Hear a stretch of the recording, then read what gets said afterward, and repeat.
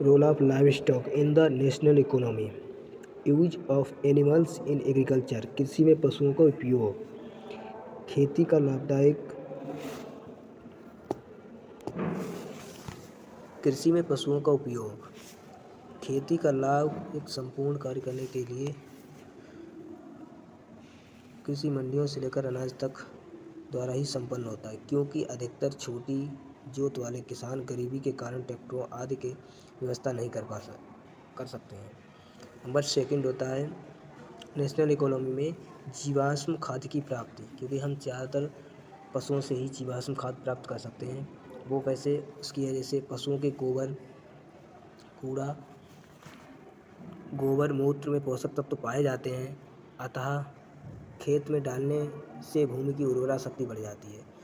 जो भी देखा होगा कि किसानों के द्वारा जो खेती की जाती है उसमें पोषक तत्वों की आवश्यकता पड़ती है, तो उसमें हम पशुओं से गोबर प्राप्त करके उसकी जो पशुशाला होती है उसमें जो चारा, सड़ा हुआ चारा होता है, वो हम जीवाश्म खादों के रूप में प्रयोग करते हैं, और गोबर की खाद से हम वर्मी कंपोस्ट बना लेते हैं, तो हमें ज़्यादा लाभदायक होता है। तो इससे जो है नंबर 3 पे पौष्टिक आहार की प्राप्ति। नंबर 3 है पौष्टिक आहार की प्राप्ति।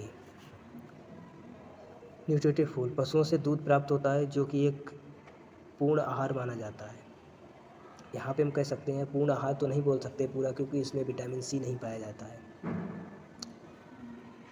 दूध से विभिन्न चीज़ें बनाई जाती हैं, जैसे मक्खन है, पनीर है, दही है इत्यादि, क्योंकि कोagulate करके प्रोडक्ट बनाए जाते हैं।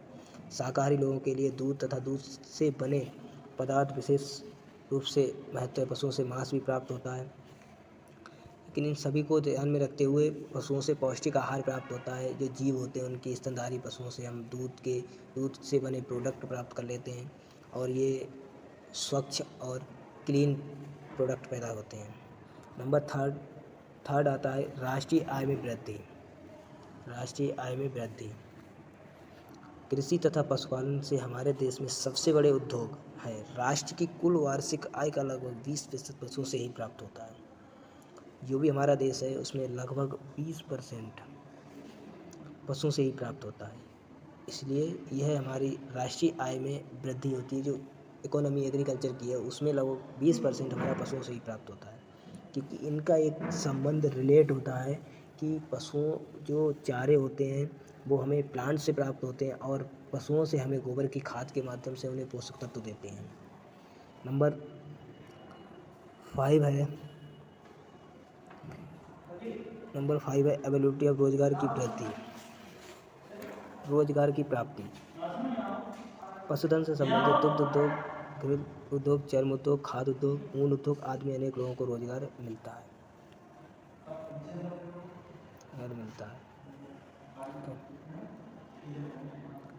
Number 6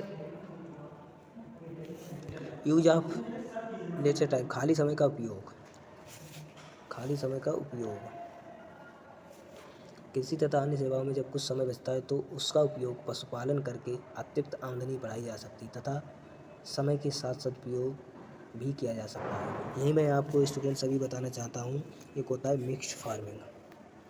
mixed farming MIXED mixed farming. Mixed farming ये होता है कि हम खेती के साथ साथ पशुओं को हम क्रॉप कर रहे हैं। मान लो 1 हेक्टेयर का खेत है, उसमें खेती के साथ साथ